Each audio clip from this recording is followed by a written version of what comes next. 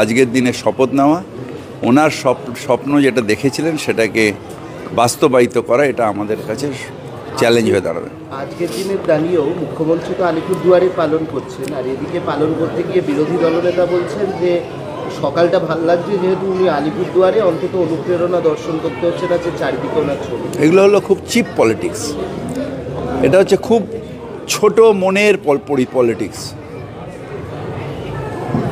জীবনের সব কিছু দিয়ে মুখ্যমন্ত্রী মমতা বন্দ্যোপাধ্যায় মানুষের সেবায় ব্রত নিয়েছে।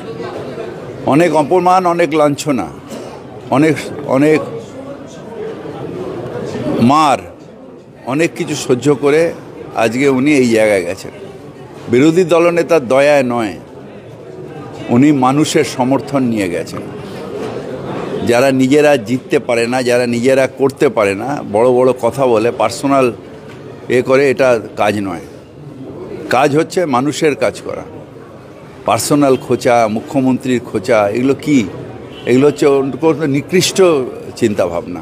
বাড়ি ভাঙানিও বলছেন যে বাড়ি ভেঙে পড়েছে এবং বাংলার আবাস যোজনায় যে বাড়ি তৈরি হচ্ছে তাতে এগুলো নিয়ে আমি আজকের দিনে কোনো জবাব দেব না।